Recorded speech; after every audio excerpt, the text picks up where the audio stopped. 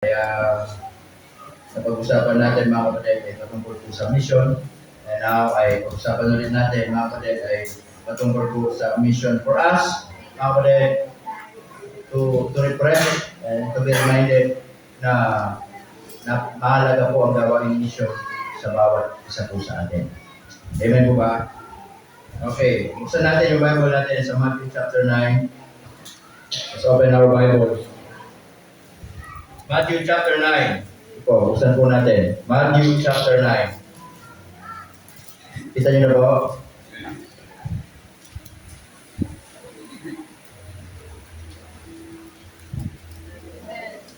Okay, Matthew chapter 9.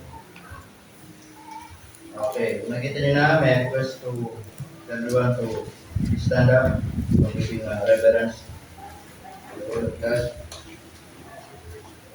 In verse 35, these three verses, Matthew chapter 9, verse 35.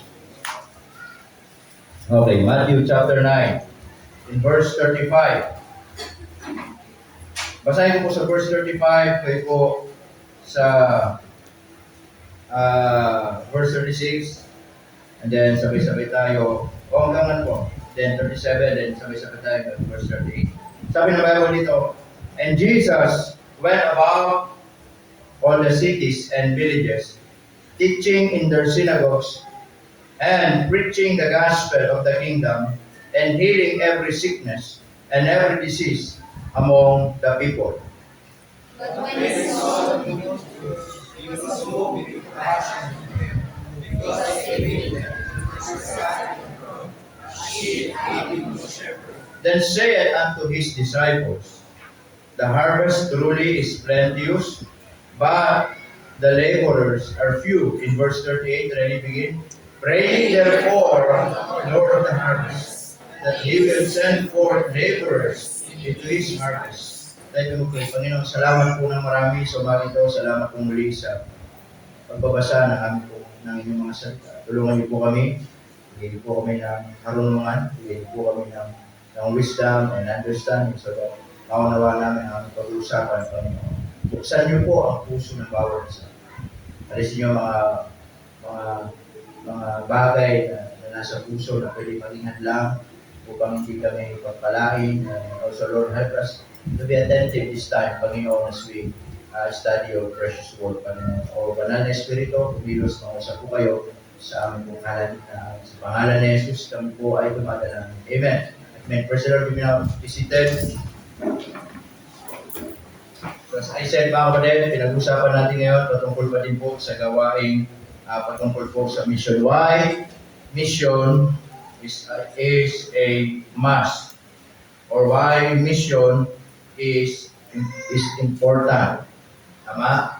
Ibig kong sabihin, mga kapatid, bakit mahalaga ang mission?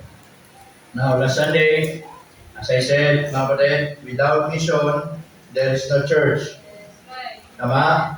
And of course, praise the Lord and thank God our Lord Jesus Christ, the greatest missionary na pumunta dito sa lupa, nandun siya sa trono, iniwan niya yung kanyang trono, mga kapatid, para lang abutin tayo. Amen po ba? If you will just think about that, ang Panginoon ay nandun sa trono, pero iniwan niya yon pansamantala. Sabi ng Bible ay pinanganak sa sabsaban in the book of Philippians chapter 2. Amen, mga kapatid? Siya po'y namuhay kagaya ng alipin. Kinuha niya yung pinakamababang uri ng kalalagayan ng tao. Upang sa ganun, kahit yung pinakamababang uri ng tao, pwede siyang lapitan. Kaya nga, yung mga angel, di ba? Yung mga angel, nung nagpapastol sila ng tupa, ay nagpagita yung mga angel, sabi niya, ngayong araw din ito, pinanganak ang isang, sabi doon, nagpapagligtas sa bayan ni David. At makikita niyo siya, na siya ay nakabalot ng lambing, swaddling clothes. At sabi niya, and laying in a manger, na nandoon, nakahiga sa isang pasabsaban. So when the shepherd heard those things from the angels, mga kapatid, di sila nag-hesitate, mga kapatid, but rather, they went immediately iniwan nila yung mga tupa nila, hindi na nainis kung mawawala. Basta, sabi ng Bible dyan ay nag-usap-usap na, let us come now. Ngayon din, umalis na tayo. Bakit po? Because the reason, nung sabi ng mga angel, nakabalot ng lampin, nakaiga sa isang pasapsapan, inisip nila na yung tagapagligtas na yun sa mga patay ay parehas natin. Madali siyang puntahan. Madali siyang lapitan. Kung imagine, kung sinabi ng mga angel, nandun yung Savior ninyo, nandun sa palasyo. Tingin nyo yung mga shepherd papapasukin sa palasyo. And that time, being a shepherd is one of the, lowest job, pinakamababang uri ng tao sa panahon ng Biblia. Kung sasabihin ng mga angel, nandun yung Savior ninyo. Nandun sa trono, nasa palasyo. Hindi pa papasukin yung mga shepherd because hindi sila tatanggapin. Amen mga kapatid? Pero sabi, nandun si Sabsaban. Kaya, nung narinig nila yun, naging excited sila at nagmadali sila na walang pag-aalang-alang. Kasi alam nila, yung tagapagligtas, madali siyang puntahan. Amen mga kapatid? Sa pasabsaban, abay, kapunes lang natin. Bakit? Tayo, nagpapastol, amoy-ayot tayo. Yun, pasabsaban, madali natin puntahan. Amen mga kapatid? So the point is this, thank the Lord, iniwan niya yung trono niya, para lamang po abutin po tayo. Because kung wala pong nag-mission, mga kapatid, at hindi pumarito ang ating Panginoon sa Kristo, we are still hopeless and helpless. Amen? Kaya salamat po sa Panginoon. So as we look back, mga kapatid, sa ating mga binasa, sabi ng Bible, and Jesus went about all the cities and villages. Lagi ang Panginoong Jesucristo ay pumupunta sa mga villages at bisan kahit sa mga maliliit na lugar. Upang ano sabi doon? Teaching in their synagogues. Lagi siyang nagtuturo. And the most of all, sabi doon in verse 35, and preaching, ano sabi dyan? The gospel. Amen? So why Jesus came to earth not only to die on the cross, but bago mangyari yun sa kanyang 3.5 years, mga kapatid, there is no other reason kung bakit siya nandito rin is to preach the gospel of the kingdom of God. Amen? They preach the gospel. And the gospel is the death, burial, and resurrection of our Lord Jesus Christ. Lagi siyang nangangaral. At sa bawat pagpunta niya, sabi ng Bible dyan, and healing, ano kung sabi? Every sickness. Just look at that word. Healing every sickness. Wala pong anumang karamdaman this time na hindi kayang pagalingin ng ating Panginoon Jesucristo. That even the point na yung mga taong nakakausap niya, mga kapatid, ay halos mamatay na. And some of them ay matay na, like Lazarus, ay kaya niyang buhayin dahil ang ating pong Panginoon, He was so powerful. Amen. Amen? He is so powerful. Sabi ng Bible, and healing every sickness and what? And every disease among the people. Kaya po, nung nangyari yun, na ating Panginoon ay nagtuturo lagi, nagpapagaling, there are so many people witnessing eye to eye kung ano po ang ginagawa ng ating Panginoong Jesucristo. And because of that, pag nagsimula yung mga taong sumunod sa Kanya. At bawat sumusunod, iba't ibang mga dahilan. Yung iba, they just follow the Lord, mga kapatid, because of personal interest. They just follow the Lord because they were just so amazed kung ano yung ginagawa ng Panginoon. Some of them, they were just so curious kung sino ang Panginoon. Sumusunod sila ng sumusunod. Amen mga kapatid? And of course, some of them talagang sumusunod dahil nakikita nila kung sino talaga ang Panginoon.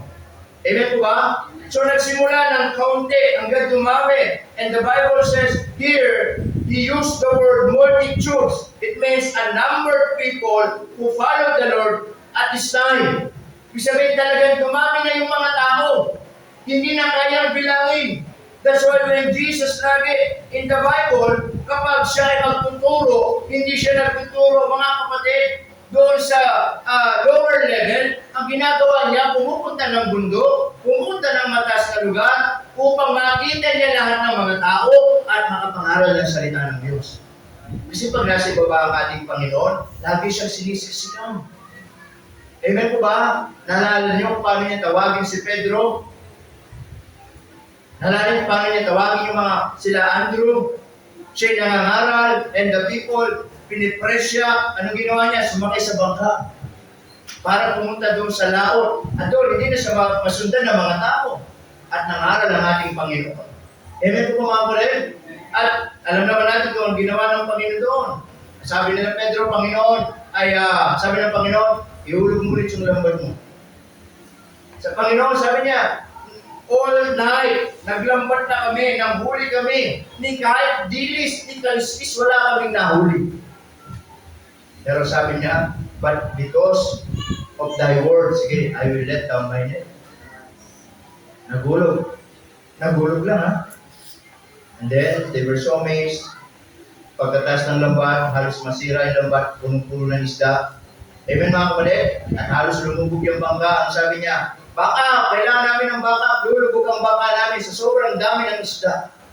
Amen mga kapatid?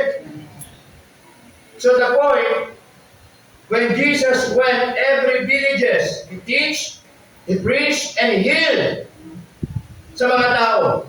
At marami mga taong nag-witness yun, at marami mga taong nakakakita, amen po ba? At sumusunod sa Kanya. In verse 36, ano sabi doon? But when He saw the multitudes, nakita niya ngayon yung mga tao, sobrang dami na. Sabi niya, He was moved with compassion on them. Siya po ay, nung makita niya yung mga tao ay napakarami na.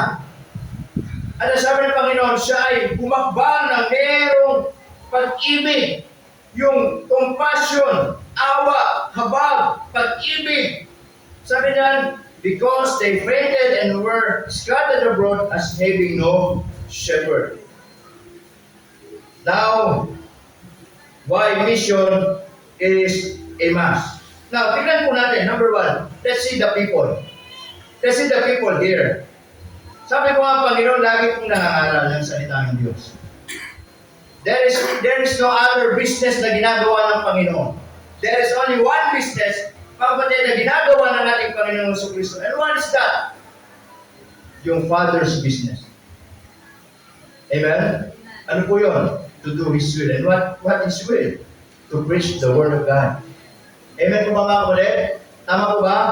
Alam niyo na, maganda paalala, kung meron tayo isang business dito sa church, and that is the business, mga kapatid, of making discipleship, the business of soul winning, the business of preaching the gospel, amen mga kapatid, the preaching of the Word of God, and there is no other business in this church. Amen po ba mga kapatid? Kaya sinasabi, kung business lang naman ang pag-uusapan, hindi na ako nagpastor. Outside the world, outside the church, ang buhay ko dati, like ko sinasabi, nasa showbiz ako. Ha? Di ba? Kinikita lahat ng pera, pinagagawa ng GMA o naman. Alam mo, kung business lang pinag-uusapan, nagtrabaho na lang ako. Ako po'y panganay sa aming 4 na magkakapatid. Ako yung breadwinner. O, di ba? Abay, bilang panganay, di ba? Lagi ikaw ang inaasahan. Tama mga kapatid? Kasi nga, ikaw ang panganay. Breadwinner na. Tama po ba? Pero, kung business na pag-usapan, mga kapatid, ay, kahit pa paano, I can say na pwedeng maging okay ang buhay ko. Tama? Pero, hindi ganoon ang plano ng Panginoon. Amen po ba mga kapatid? Ang punto dito, kung meron tayong isang business dito sa church, and that is the Word of God. Tama?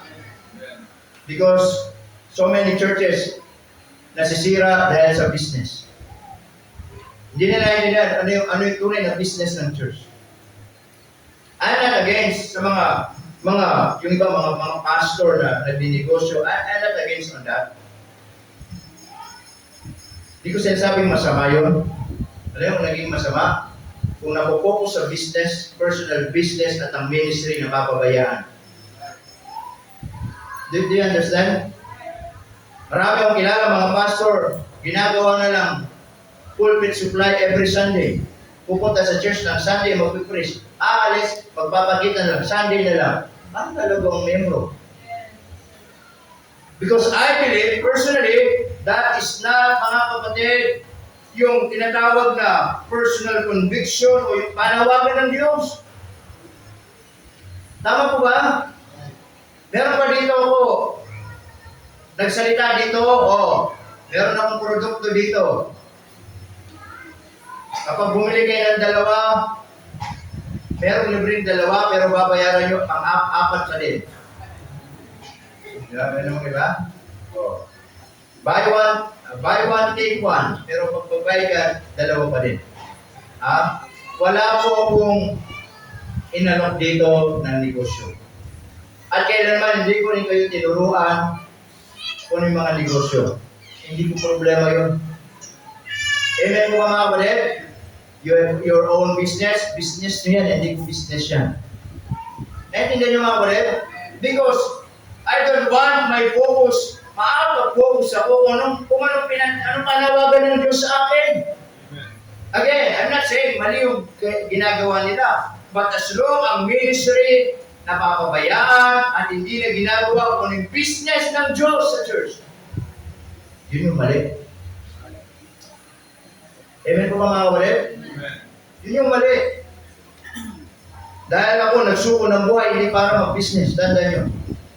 Ako nagsuko ng buhay para sundin ang panawagan ng Diyos, maharal ng kanyang salita, at matulungan ng mga miyembro, hindi yung kung paano kayo kumita. Problema niya, paano kayo kumita? Hindi ko trabaho yan.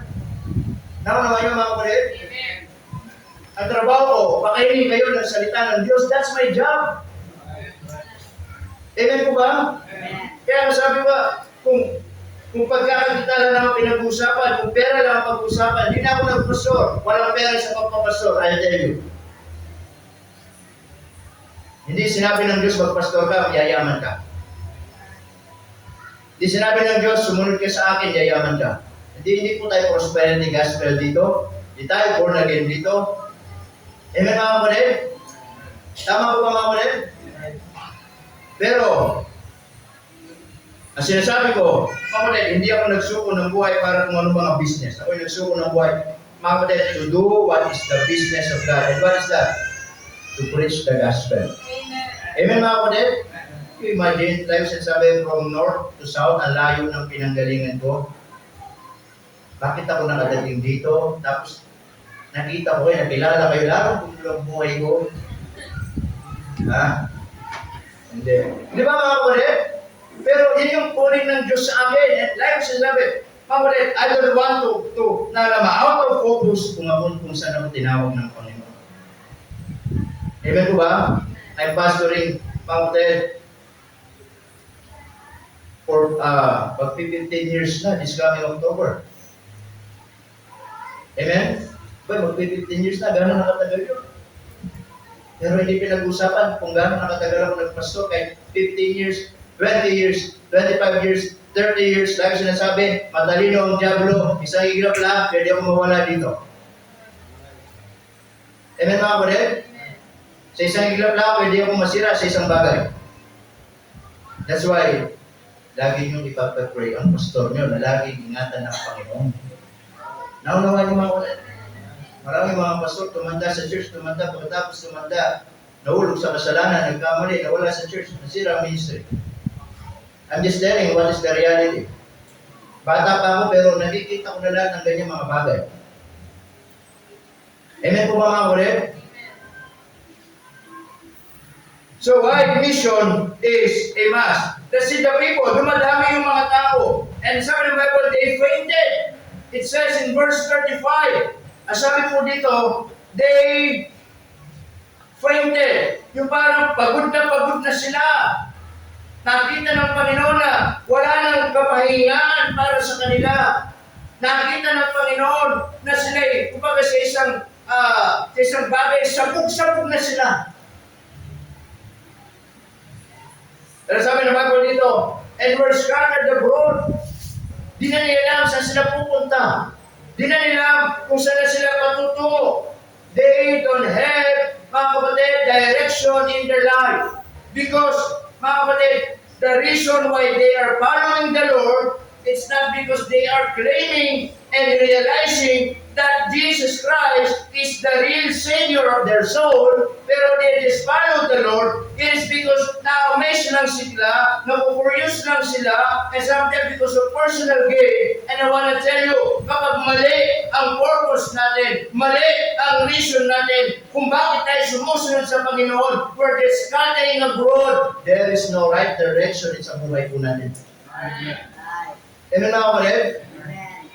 Kapag po tayo, mali ang motibo, mali ang reason, mali ang purpose, kung bakit tayo sumusunod sa Diyos, wala tayong tamang direction ng buhay natin. Amen? Darating ang araw, katulad dito, they fainted, they scattered abroad, mapapagod, magsasawa, manghihimagod. Amen mga kapatid? Bakit? They don't have right direction. Kaya sabi ng Bible dito, makikita pa po natin yung mga tao dito, sabi doon, Pangudit, sheep having no shepherd. Walang namumuno sa kanila. Amen? Walang magtuturo sa kanila. Walang gagabay sa kanila. Ano sabi ng Bible in verse 36, kaya makita ng Panginoon itong klase ng mga tao, tinalikuran ba ng Panginoon?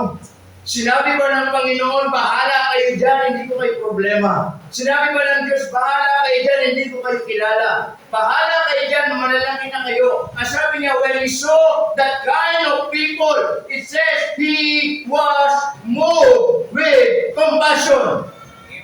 Amen mga kapatid? Alam niyo, ganun din sana sa buhay po natin. When we saw people na hopeless, when we saw people that are helpless, sana lagi naninibabaw yung compassion po natin. Yung pagmamalasakit natin. Amen po mga kapatid? We cannot say that, bahala na yan, sa impyerno naman yan. Ay, wala nang pag-asa yung tao na yan, ang pangit pa ng ugali. Okay na, sa impyerno na yan. Amen mga kapatid? Hindi wala tayo karapatan para magdikta na sa impyerno yun. Yes, they are going to hell and we will do nothing. Amen po ba? Sabi ng Bible, he was moved with compassion on them. At ganoon din sana tayo, ipakita natin yung pagmamalasakit natin. Ipakita natin yung pagmamahal natin doon sa mga tao na alam natin na wala pong salita ng Diyos. Na walang Kristo sa kanila pong buhay. Amen? Kaya lang kong sinasabi mga kapatid, when was the last time we tell to the people, we tell sa mga tao na malapit sa atin na kailangan nila ang Panginoon? Amen? It is a challenge to every one of us. Amen? Sa mga young people natin. Amen? Sa mga ginagawa ninyo, sa pag-aaral ninyo. When was the last time na yung kaklase mo lagi mong kasama, sinabihin mo na mahal ka ng Diyos, patutungan na ka ng impyerno, pero mahal ka ng Diyos, namatay siya para sa iyo, at kailangan makilala mo siya bilang Panginoon, sariling tagapagligtas. When was the last time you did that? Sa mga nagtatrabaho, when was the last time? Amen po ba mga kapatid? Kailangan ipakita natin. We must move with compassion. Tama? Meron bang mawawala kung bigyan mo ng trucks yung kaklase mo?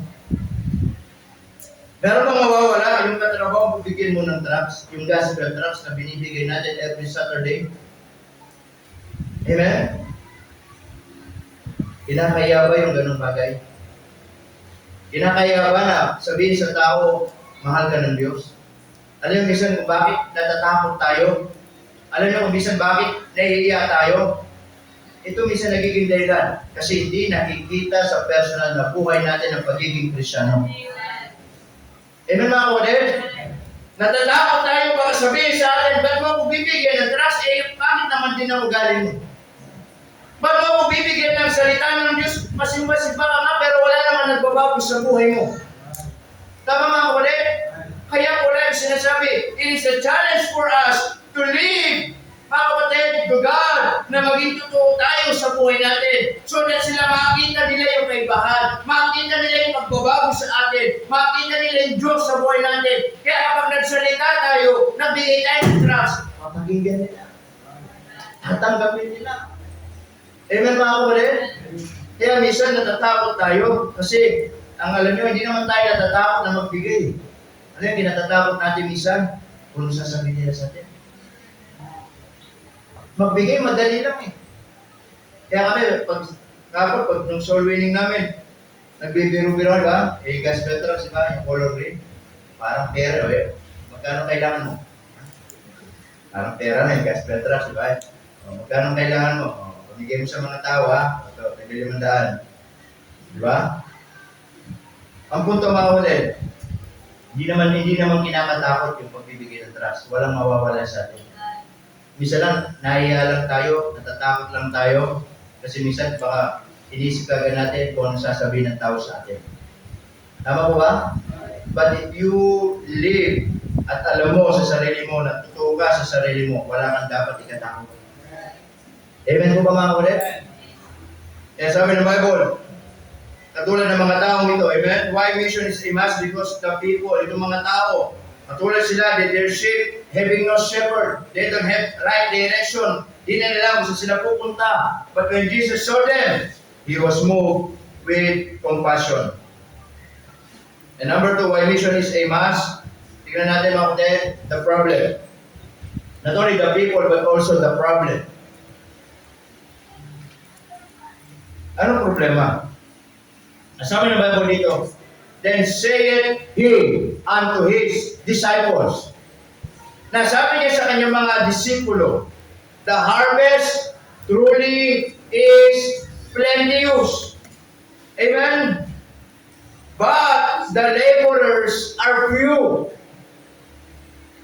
Yung ani is ready to harvest, and it's plenteous. But the laborers are few. So what is the problem? Number 1, lack of laborers. Kulang ng manggagawa. Amen po ba mga kapatid? Kulang ng manggagawa.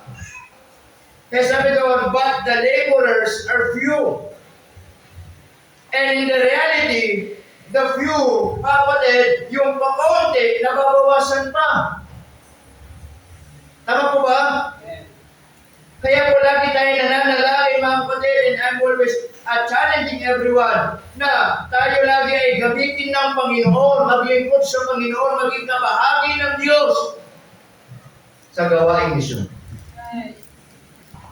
Because the problem is lack of laborer. Kunti na nga lang yung gumagawa, minsan nababawasan. Amen? Tama po mga kapatid? Kaya always challenge everyone, every Saturday, tayo mag-soul winning, amen? Tama po ba? Kaya itong sabi nga, pagkatapos ng ating BBS, then huwag natin sayangin yung opportunity, itong darating na summertime, month of April and May, huwag natin sayangin yung 2 months na yun, mag-double time tayo sa ating soul winning, magkakaroon tayo ng soul winning every Tuesday, Thursday, and Saturday. Para hindi pwede sumama ng Saturday, makasama ng Tuesday. Hindi pwede makasama ng Tuesday, makasama ng Thursday, alternative. Soul winning tayo. Hindi natin kailangan pumunta sa malalayo, kahit dyan lang tayo sa Rilis, dyan lang tayo sa may Pansod, dyan lang tayo sa malalapit. Amen po ba mga kapatid? Sayang ang bakasyon kung wala tayo gagawin. Because lack of labor. Minsan yun ang problema. As sabi doon, in verse 37, the harvest truly is plenteous. Yung ani, ready na. At maraming ani. Yung mga tao, nandyan lang yan. Ang problema, kulang na manggagawa. Amen po mga kapatid? Salamat po sa Diyos, yung mga nakakasama natin every Saturday, amen? Na mga nagsusoul winning. Tama po ba? Amen po ba? Na yung iba, nangangako sasama, tapos kinabukasan na pa hindi sasama. Di ba? Yung isa dyan, napuyat daw ka. natulog lang, napuyat, buti nagising ka pa. Sa po na usapan ay kung masabihin, opo, dapat walang dumating. Ano? Tama? Nakakatuwa talaga kayo. Even mga kapatid, so lack of laborer. And another problem is this, not only lack of labor but also loss of interest or investment. Tama? Hindi lang kulang ng magagawa, pangalawa, yung nawawala na tayo ng interest. Nawawala na tayo ng investment na hindi na nagiging mahalaga sa atin ang gawaing misyon. Na pag pinag-usapan ang gawaing misyon, sarado ang tenga natin. Na kapag pinag-usapan ang soul winning, sarado ang tenga natin. Pag pinag-usapan na mag-invest tayo sa kaluluwa, sarado ang tenga natin. Amen mga kapatid? Sana ganun din ang nangyari ng panahon na ikay naligtas. Na sana ay nagbahagi sa iyo, sarado din ang tenga para hindi ka naligtas. Amen mga kapatid? Ang sabi ng Bible, when he saw the multitude, he was moved with compassion. Alam niyo po ba, ang the greatest investment on earth, mga kapatid, ay is in the ministry. In the soul of sa mga kaluluwa ng mga tao. Sabi ng Biblia, makamtan man ng tao ang buong yaman ng sanlibutan, ngunit mapahabak naman ang kanyang kaluluwa. What is the essence? Mabuhay ang tao na may 1 milyon pag namatay sa impyerno. Amen po mga kapatid? Kaya lagi natin tatandaan, yun yung problema. Not only lack of laborers, but also loss of interest. Minsan di na mahalaga sa atin ang kaluluwa ng tao. Minsan nagiging okay na tayo, coming to church Sunday after Sunday. But when it comes to soul, alam nyo, ang ministry ay hindi po sa loob ng simbahan. Ang ministry, mga kapatid, is nasa labas ng simbahan. Amen po mga kapatid? Yung mga bagay na tinuturo sa loob ng church, yung mga bagay na tinuturo sa atin para lumago, gagamitin natin yan sa labas. Amen? Di ba last Sunday mga kapatid? We're talking about the Great Commission. And the Great Commission is what? Is a blessing from God. Tama po ba? At nagiging blessing yan mga kapatid. Kapag ikaw, alam mo, ikay ginamit ng Panginoon. Amen po ba? So lack of interest, lack of investment. Kung meron maganda mag-invest sa buhay na to, sa kaluluwa ng isang tao. Tama po ba? Ang resources na meron tayo sa mundong ito, darating ang araw, mawawala din yan. At lahat tayo sa Diyos, yung resources na yan, hindi man tayo nakapag-invest sa kaluluwa ng isang tao. Amen po ba mga kapatid? That's why the Lord entrusted us while we're still alive in this earth. In so many things. Pera, bagay, ano man yan. Mga kapatid, para gamitin natin yan. Para magkaroon tayo ng bahagi sa kaluluwa ng isang tao. Di ka naman pinayayaman ng Diyos para maging makasarili. Minsan, pinagpapala ka ng Diyos para gamitin ka ng Diyos. Amen. Amen mga kapatid? That's why I'm always telling this mga kapatid, hindi ka binigyan ng trabaho ng Diyos para lumayo sa Diyos. Hindi ka binigyan ng lakas ng Diyos para lumayo sa Panginoon. Amen po ba? Hindi ka pinagpapala ng Diyos para kalimutan mo siya. Marami na akong mga mananampalataya kapag nangangako, hindi na ako naniniwala. Pastor, ipag-pray niyo po ako. Pag ako nakapasok ng trabaho, lalo po akong magtatapat, lalo po akong magbibigay. Lapit-lapit na. Kasasampalin kita. Marami na ako narinig na ganyan. Nung nagkatrabaho, Pastor, di na po muna ako makapagsimbat. Wala po akong time. Pastor, di muna po ako makapag-church kasi medyo, yung schedule ko medyo kailangan ko munang ayusin. Wait. tumagalan pa rin, hindi pa nice ang schedule. Amen mga kapatid? Tama po ba? That's why I'm always telling this, amen? Especially sa mga young people, someday magkakaroon kayo ng trabaho. Huwag kayong pipili ng trabaho na hindi kayo makapagsimba. Amen. Tama mga kapatid? Huwag nyo hayaan na kayo magbibigyan ng trabaho na yun magiging dahilan para kayo lumayo sa Panginoon. Yes, kikita kayo ng pera pero hindi nyo mapapakain ng spiritual na buhay nyo. Yes, kikita kayo ng pera pero mapapabayan yung spiritual na kalalagayan nyo. Amen po ba mga kapatid? Maraming trabaho na pwede nating hihingi sa Diyos na paglinggo. Pwede tayo. Amen po ba mga kapatid? The point hindi binibigay ng Diyos sa mga bagay na yan para lumayo tayo sa Kanya.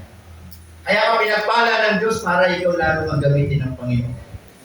Amen? Amen mga kapatid? Kaya ka binibigay ng Diyos ng mga bagay na meron ka para lalo kang maglingkod sa Kanya. Amen po ba?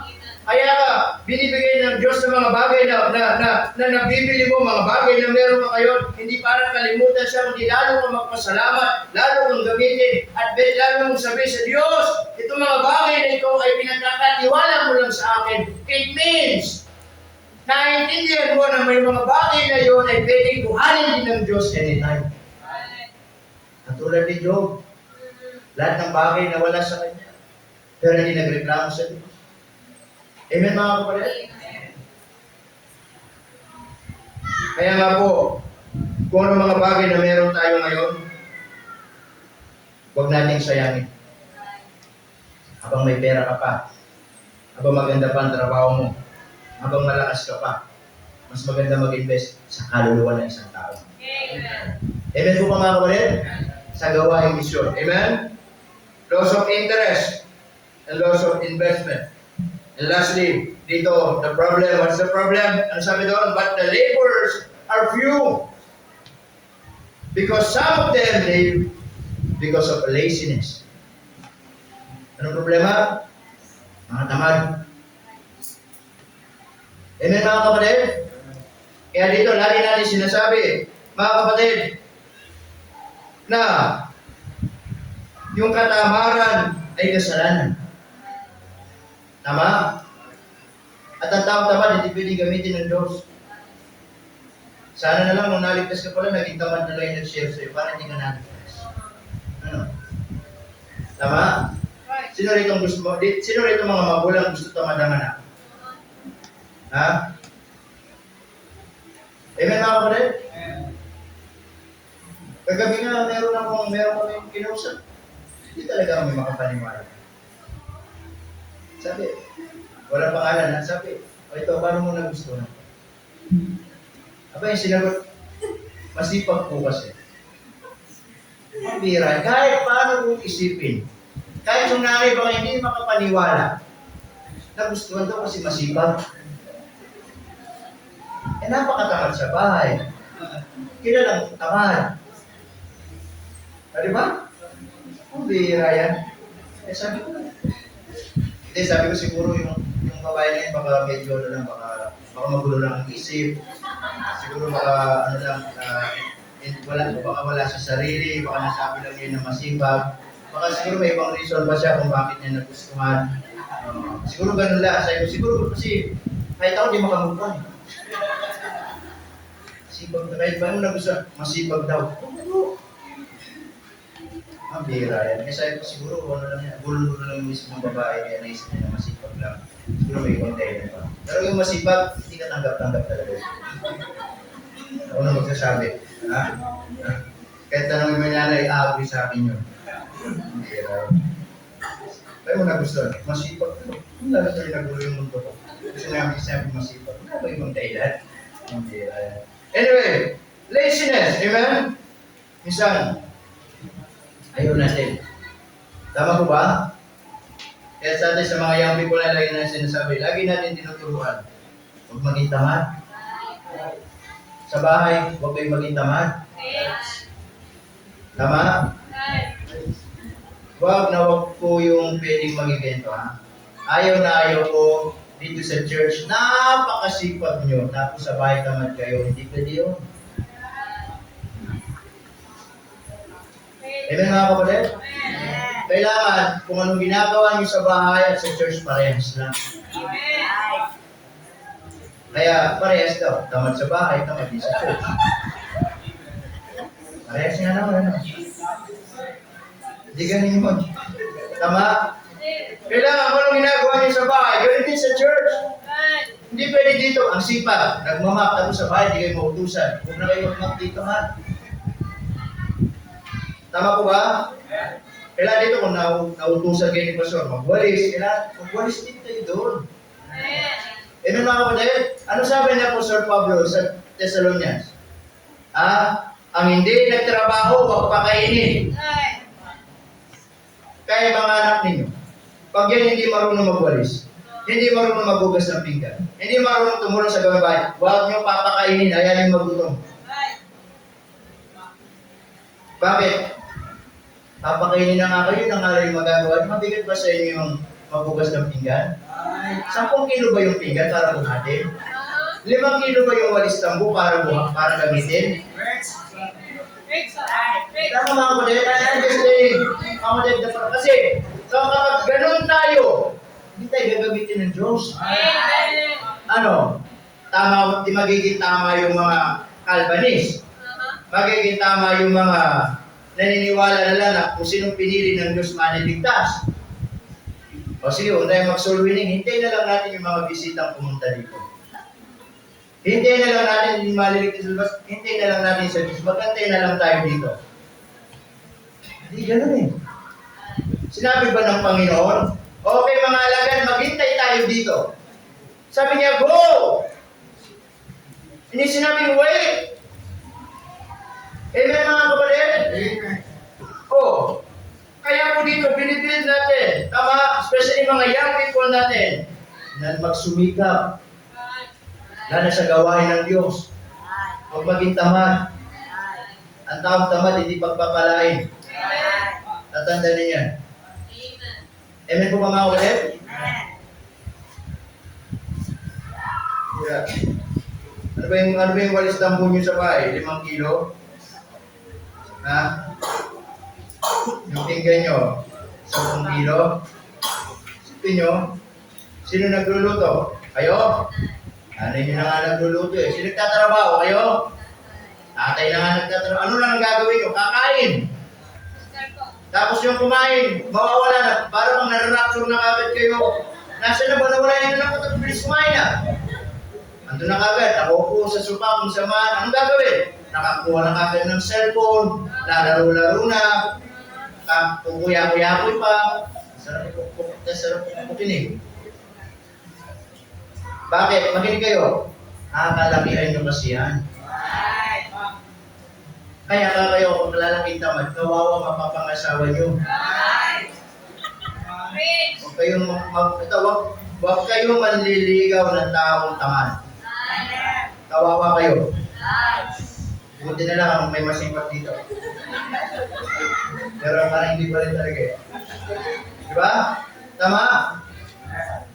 Kahit maganda yan, kahit matangos ang ilong niya, kahit yung dream girl mo, dream boy mo, at alam tamad, huwag yan. Gagawin ka lang katulong niya. Diba na? Yung ikaw na magsasayang magluluto ka, kahit at ikaw pa magbugas. Amen mga kapatid? Maniwala kayo. Di ba yung pangit basta masipag? Yung masanapin yun. Ano gusto nyo? Pogi na tamad? Huwag naman pangit. May tama lang ang itsura na masipag. O pipili kayo. Ha? Pogi? O siya. Pogi yung pipili nyo. Tingnan nyo balang araw. Pag yung pogi na yan, kumalubot ang mukha. Nag-iba na yung itsura. Tignan ko ba? Amen mga kapatid? Okay, ano lang yun mga kapatid? Yung mga young people natin, huwag kayong mag-aalap ng taong tamad. Piliin nyo yung may pangarap sa buhay. Piliin nyo yung dadalhin kayo sa Panginoon. Piliin nyo yung papakainin. Hindi na usulong bulaklak ngayon. Kano bulaklak? 100 yung isang piraso? 120. 2 kilong bigas na yun. Tama mga kapatid? Oo. May practical lang. Amen po ba mga kapatid? So that's the problem. Laziness. Tama, kaya itong church na to, lagi natin sinasabi mga kapatid, that every year, meron tayong missions emphasis so that ma-remind tayo what is the important thing in our church, and that is mission. At kung bawat isa sa atin walang kikilos, bawat isa sa atin walang gagawa, mga kapatid, do not expect something na pwede gawin ng Diyos sa church natin. Amen po mga kapatid? Hindi tayo Katoliko, mga Krisyano tayo. Hindi tayo katulad ng mga ibang sekta. Mga kapatid, na magiging urti lang natin, simba upo, simba upo, simba upo. No! We are a body of Christ, mga kapatid. At kailangan mag-function ng bawat isa kung saan yung naging ibinigay ng Diyos sa atin. Amen. Amen mga kapatid? So that's the problem. Lack of laborers. Because of interest or investment. And sometimes because of laziness. Amen mga kapatid? Minsan pagiging tamad.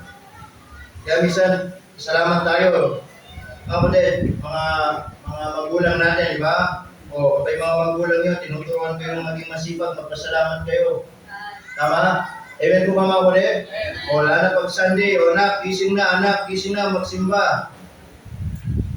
Tama? Minsan, nagiging tamad tayo. Minsan, hindi pa bangon. Bakit? Abay, kuya. O, bakit nagpuyat? Nagpuyat sa walang kwenta-kwenta ng bata eh. Tama po ba mga kapatid? Ha? Ito, lagi sinasabi. Minsan, madalas kalaban ng mga sa panahon. Alam nyo, ang hirap ng panahon natin ngayon. Alam niyo ba yun? Yung sigaw ka na ng sigaw, hindi pa rin nakikinig. Ganun kahirap. One of the yung kalaban, one of the enemy, especially ng generation ngayon, cellphone. Kaya marami mga tamad, kaka-cellphone. Amen mga kapatid? Kung magalit kayo but that is the reality. Maraming panahon sa cellphone, maraming oras sa cellphone. Amen mga kapatid? Kaya nagiging tamad ang isang tao. Amen po ba? Anong ginagawa? Nagkakwenta-kwenta. Ito lang yung sinasabi. Ito lang sabi sa mga young people kagabi. Hindi kayo gagamitin ng Diyos kahit gusto nyo magpag-aral. Kapag mayroong mga bagay sa buhay ninyo na hindi nyo kayang isuko. Amen mga kapatid? Isa sa mga bagay na kailangan nyo isuko, ano yun? Isa sa mga cellphone ninyo, tanggalin nyo lahat ng mga games dyan. Yung mga laro ninyo, nagiging addiction kayo para dyan. Yung mga laro-laro sa cellphone nyo, mga Mobile Legends, Roblox, ano mga bagay na yan, tanggalin nyo. Kapag yan hindi nyo kaya i-install sa cellphone nyo, hindi kayo gagamitin ng Diyos. Amen. Nagiging sinungaling lang kayo sa harapan ng Diyos. My prayer is this, sana walang miyembro dito sa church na naglalaro ng Mobile Legends. Sana walang umawit sa kuwan na naglalaro ng Mobile Legends. Sana walang Sunday school teacher na naglalaro ng Mobile Legends. Ako lang dapat pastorang pwede. No. Ako, lagi yung naggal sa mga no. Kahit anong game siya na na-install sa cellphone ko, pinapalo ko yan. Ano bakit? Hindi kasi maganda. Kaya marami mga young people, mga tao, na nag-iibang ugali, kaka-cellphone. Nagiging baso sa magulang, kaka-cellphone. Na-adapt ano yung mga laro nila. Yung isip na kukurap. Amen mga kapatid? Amen. Ayan, nagiging tamad. That's why I challenge you.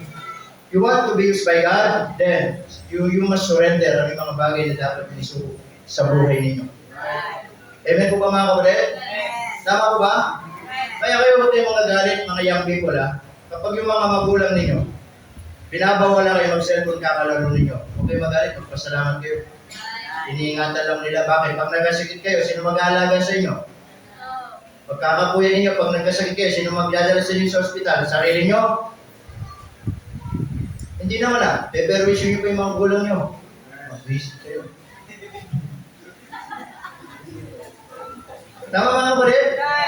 Kasi ganyan ang panahon natin sa mga young people. Cellphone is so dangerous.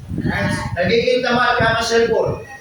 Kaya kayo mga magulang, pag nagkasakit sa mga anak nyo, pakainin nyo ng charger, bigyan nyo ng cellphone, pakainin nyo ng cellphone, yan ang ipakain nyo sa kanila. Bakit? Eh, diyan sila nagkasakit, baka diyan sila bumalik. Tama ba ako rin? Kasi po, ang punto dito, because of that, nagiging lazy tayo, then the Lord will not use us. Amen po ba mga kapatid? Tama po ba? O, hindi lang mga young people ha. Pwede mga adult, mga nanay, mga tatay. Kung kayo meron mga laro-laro sa cellphone ninyo, alisin na yan. Tama ba? Bawal kayo sa mga anak. Huwag ka maglalaro niyan. Tapos ikaw may naka-install. Pwede gano'n.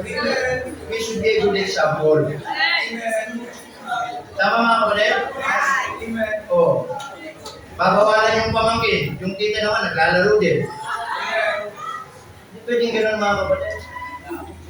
Amen po ba? Oo. Hindi lang po ito sa young people. Para ito sa lahat. Tatay, nanay, tita, o naman. Kasi bakit? Hindi, kaya nga tinawag na ML eh. Alam mo isa ng ML? Ha? Masamang laro. Amen po ba mga kapatid? Oo. Eh, yung mga young people, isa because of that, kapag na-focus dyan, nag-iba ko galing. Dati mga bata noon, pag uwi galing school, hanapin ka agad, ano yung tutulong sa bahay. Tama? Bibis na maayos, ilalagay sa tamang lagayan, yung bag, wawalis, hugas. Abay na, hindi na. Pagka uwi, cellphone ka agad. Pagbuka ng damit, hagis kung saan. Yung bag, hagis din kung saan. Amen mo pa mga kapatid? Tama? Hindi, tawa-tawa kayo dyan. So, that is the problem. Lack of labor, laziness. Amen? Again. Tama? Huwag kayong mag-aasawa ng tamad. Hanapin nyo yung masipag at may pangarap sa buhay, dadaling kayo sa Panginoon. Amen mga kapatid? Kaya mamaya, kausap ko mamaya yung babae, baka nagkamali lang siya sa word na binitawan niya. Baka siguro magtulo na yung isip kagabi, kaya nabanggit na kaya niya daw na gusto kasi masipag daw. Kaya mamaya, mag-usap ulit na lang tayo. Baka pwede mong bawiin, ha? Kasi hindi talaga katanggap-tanggap yun. Okay. Lastly, not only the problem but also the prayer. Listen na natin, the prayer. Kaya nung ang Panginoon, nakikita niya yung mga tao dumadami.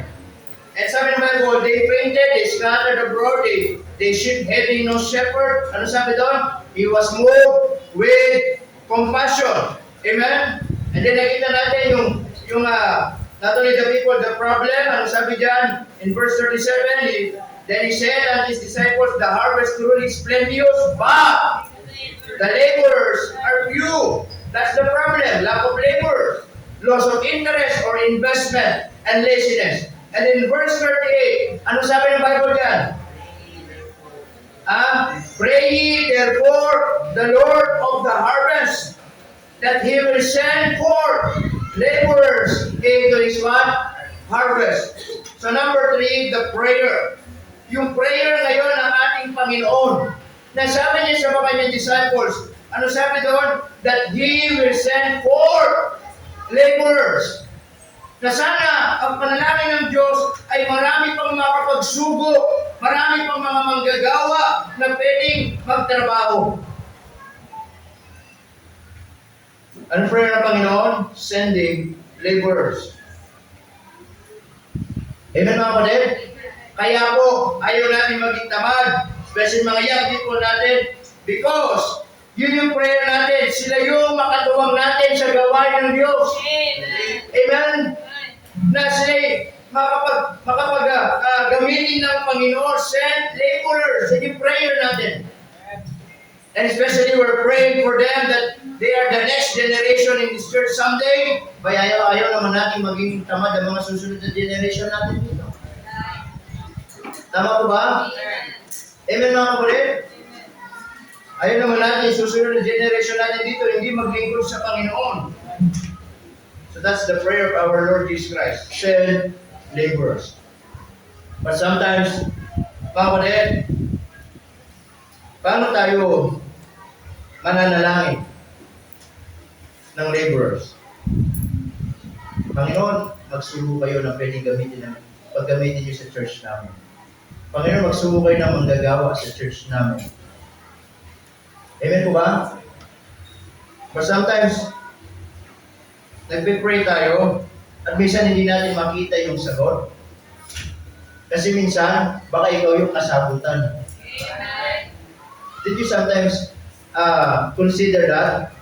Kaysa mag-pray tayo, Panginoon, sana may gamitin ng Panginoon. Panginoon, sana marami pa maging soul winner. Panginoon, sana marami pa mag-involve sa mission. Pero baka ikaw ang kasagutan. Have you ever pray about that? That Lord, ako gamitin mo. Panginoon, ayaw nila, ako gusto ko. Panginoon, ayaw nila mag-involve ako, mag-involve ako. Panginoon, ayaw nila mag-support ako, magsusupport ako. Amen mga kapatid? Not only yung prayer ng ating Panginoon, sending laborers, but also, sabi dito, seeing the lost. Na katulad ng Panginoon, na sabi ng Bible dyan in verse 36, but when He saw. Amen? It means, tayo po, ang prayer ng Panginoon ay makita din natin yung kahalagahan, makita din natin yung mga nawawala, yung mga kaluluwa na nangangailangan ng Kristo sa kanilang puso. At hindi lang enough na makita natin. Ang sabi ng Panginoon, but when He saw the multitudes, wala bang ginawa ang Panginoon? Ano sabi doon? He was moved with compassion. Amen? Ibig kong sabihin, kapag nakita natin, mga kapatid, kung ano yung pangangailangan, nakita natin kung ano yung mga kaluluwang napapahamak sa impyerno, then let's do something for them. Iba yung nakita at iba yung nakita na may ginawa. Amen po ba mga kapatid? Para sa mga mag-asawa dito, nung nakita niyo ba yung mga asawa ninyo, wala kayong ginawa? Pinabayaan niyo lang. Nung sinabi niyo ba na, nakita mo si ganito na, ang ganda ng taong to. Pero wala kang gagawin. I believe you move. Gumawa ka ng hakbang. Amen po ba mga kapatid? Nung nakita ni Sister Lily si Brother Fred, wala pa kayong ginawa, parang baliktad. Nung nakita ni Brother Fred, Sister Lily, wala pa kayong ginawa, may gagawin ka. Amen mga kapatid? Mag-e-effort ka, mag-i-invest ka, o ano. Kasi kung alam mo na, siya yung pinag-pray mo, at alam mo na, siya yung the one pa, hindi pwedeng wala kang gagawin. Hindi pwedeng maghihintay ka lang na hintay ko na nga lang ito, pag lumakot ko, sasagutin ko na. Hindi pwedeng ganoon. Tama? Ang sabi ng Panginoon, so, ano sabi doon? He moved. Sana ganoon din po tayo. Amen mga kapatid? Seeing the lost, pag nakita natin yung mga pangangailangan ng mga kaluluwa, especially nangangailangan ng Kristo, let's do something. Nakita mo yung kaklase mo, then let's do something. You should do something. Bigyan mo ng trust. At least may ginawa kaysa wala. Amen po ba mga kapatid? Tama po ba? Yung mga kaibigan ninyo, you should do something. Sa mga GC ninyo, sa mga group chat ninyo, I believe may mga group chat kayo, mga klase ninyo, katrabaho ninyo, you should do something. You should say something. Amen mga kapatid? Pwede ka mag-send ng verse doon ng John 3:16, may ginagawa ka. para nababasa nila yung John 3:16, for God so loved the world that He gave His only begotten Son, that whosoever believeth in Him should not perish but have everlasting life. Amen mga kapatid? Na kapag nakita mo doon sa GC, ano mga chismis-chismis doon, ano pinag-usapan, hindi na maganda, burahin mo kagad, aramin mo kagad, pagbigay ka agad ng verse. Tama ko ba mga kapatid? Because you should do something. Tama ko ba? Romans 5, but God commended us not to run, that while we were sinners, Christ died for us. Amen ko ba mga kapatid? The point is this, seeing the laws. Hindi pwedeng nakita lang natin. Kailangan may gagawin din tayo. Then lastly, Paulet, let us consider, ano sabi doon? But the laborers are few. Kaya prayer ng Panginoon, send more laborers. Ano makikita po natin? Paulet, because of lack laborers, Paulet, then kailangan mag-send, then seeing the laws, and lastly, supporting the labor. Amen? Ibig kong sabihin, suportahan natin yung gawain o yung ginagawa. Tama? Amen po ba? Marahil yung iba hindi nakakasama pag soul winning, pwede kayo mag-support. Sa mga gumagawa, pwede kayo mag-involve. Amen na ako rin? O, every Saturday, ay pag nag-soul winning kami, di ba? O, Sister Sheila, ay nagpapakain sa mga bata. And then, sa mga nagsusoul winning, nagpapadala siya ng mga, isipin nyo, yung burger. Sa mga nagsusoul winning, saan ka pa? Kaya hindi kami tinatamad pag soul winning. Kasi na every Saturday may burger kami. Hira yan. Ha? Marami yung kasama na. Ha? Marami yung kasama next week. Huwag na pala. Baka marami sumama next week. Di po, yung pinadala lang niya, alam po, alam niyo yung ponay na may peanut butter. Yun ako yung pagkala lang sa masyado. Huwag na pala, baka marami sumama. Yun lang yung pinadala niya. Tapos yung mga sa bakery lang, Spanish bread, ganun lang, huwag na lang. Hindi po, yun, alis. Ay, mga nagsusol winning, okay, pag-uwi, may sandwich. Ayun mga ko din. So the point, sometimes, maybe hindi tayo makapunta doon sa field because maybe may mga schedule tayo, naman, but hindi tayong pag-iipon. Amen?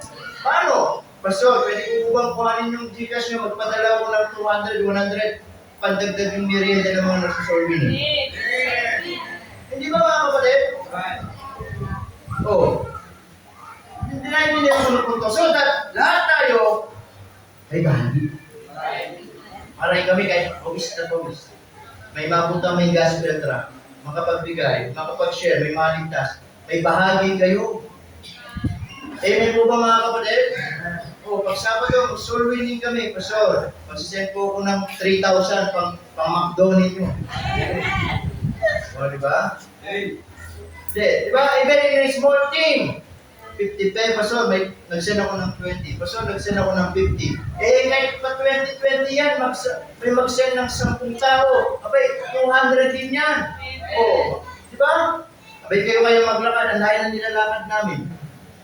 O, pagbalik namin, uwaw na uwaw kami. Ano? Buti nga may tindahan dun di ba? O, hindi kami ng plus. O, hindi kami ng balik drive, hindi kami ng plus. O, so, yung sito. Inom-inom. Bakit? Yun ang ministry. Kaysa tayo, pag Sabado, wala tayong bahagi. Amen po ba mga kapatid? Na hindi ko, ibig ko sabihin. So, let us support the labor, supporting the labor. Sabihin yung gawain, yung trabaho. Pagtulong-tulungan natin. Amen mga kapatid? Kaya minsan kung hindi kayo pwede sa field, then, nandyan kayo, paramdam nyo, nakasama kayo, sa kaluluwang maliligtas, may bahagi kayo. At hindi mawawala ng pagtulungan. Amen mga kapatid? Kaya salamat po, amen? Ano po, pag-maray natin, sa Sabado dyan mo. Di ba? Anyway, mga kapatid, so why mission is a must? Because there's a people. May mga taong naliligaw. Tama? May mga taong kailangan ng Diyos sa buhay. May mga taong walang pag-asang buhay. May mga taong walang direksyon. May mga taong balang araw mapapahamak. Aren't you glad that you saved? Di ba tayo masaya na ikaw, ako, nakakilala kay Kristo? Amen mga kapatid? Tama po ba? They fainted, scattered abroad, having no shelter. What's the problem? Kung bakit mahalaga mission, may problema, ano? Kunti na lang yung nagtatrabaho. Lack of labor. Loss of interest or investment. Again, bawat bagay na meron sa atin, hindi yan binibigay ng Diyos para maging makasarili.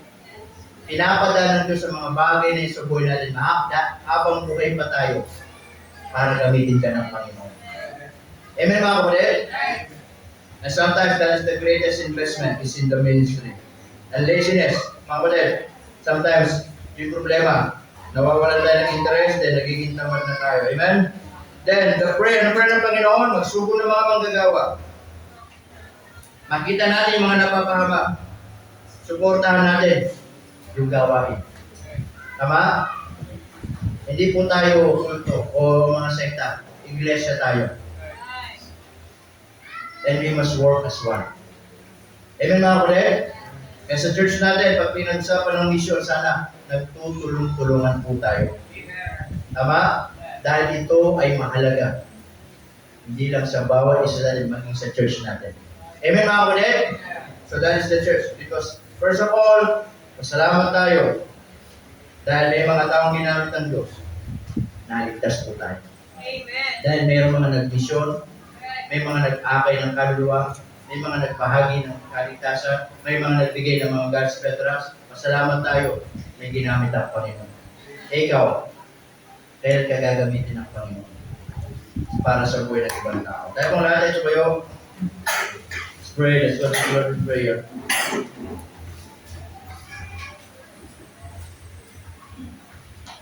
Lahat tayo. Dakilang Diyos, maraming pong salamat sa oras po nito. Salamat sa inyong biyaya. Pagbudihan po namin. Pagbudihan ninyo sa buhay po namin. Salamat po sa inyo po patuloy na katapatan. Salamat sa inyo po patuloy na kadakilaan sa buhay po namin. Salamat po sa mga salita ninyo ngayong umaga na napaalalahan po kami muli. Ako ating mga ulo, nakatulog mga mata, ay nakapikit. Marahil ang salita ng Panginoon ay naging paalala po sa atin ngayong umaga. We can come at manalangin tayo sa Diyos ngayong umaga. Katulad ng mensahe kanina, why mission is a must? Because of the people. Maraming mga taong naliligaw. Mga taong kagaya din natin sila dati. Walang pag-asa. Walang patutunguhan ng buhay.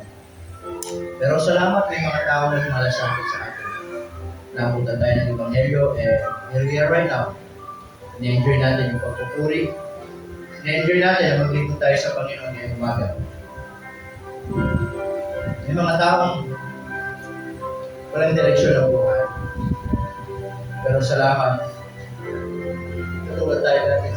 Ngayon, ito ang buhay natin ngayon. May direksyon, may patutunguhan,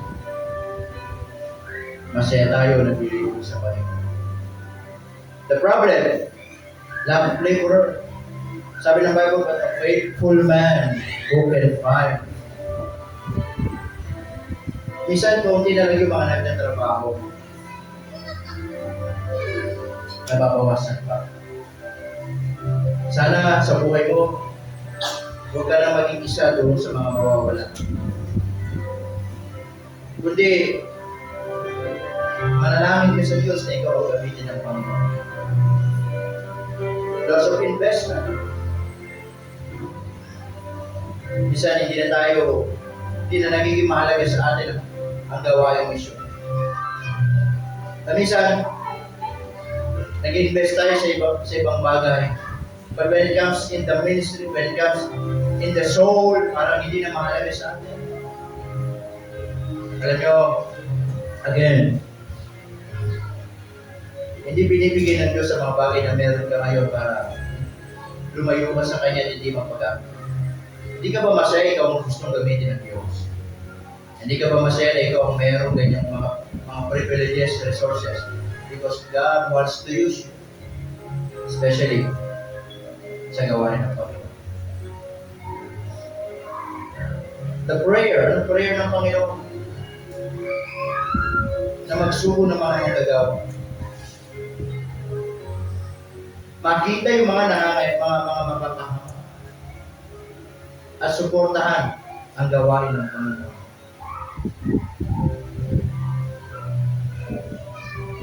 Kaya sa church natin, kung meron lang isang bagay na bigyan lagi natin pagpapahalaga, yun yung gawain ng mission. Ano man ang mangyari, sometimes it takes a sacrifice, takes to invest, pero again, yung isang kaluluwa na maligtas, hindi kayang tapatan ng kahit anong halaga ng yaman ng mundo ito. Kaya naman ang mga naibibigay natin sa gawaing misyon, hindi yan nawawala ng kabuluhan. Pagpapalain ka ng Diyos dito sa lupa at doon sa langit. Kaya sana maging malinaw po sa atin. Isang pribilehiyo lamang na ikaw ako ay gamitin ng Panginoon. Kaya sana, katulad ng ating Panginoon, when He saw the multitude, He was moved with compassion. Sana yung compassion na yun, nasa puso natin. Panginoon, maraming salamat for reminding us. We thank you, Lord, for the word of God about missions. Palayan po kami, palayan yung mga itong malulog na papurihan sa buhay natin. Nasa mga puso namin, Panginoon, lagi ang gawain mission na lagi maging mahalaga, na lagi naninibabaw sa puso namin, Panginoon. Palayan niyo kami sa pangalan ni Jesus. Amen. Please be seated. And then,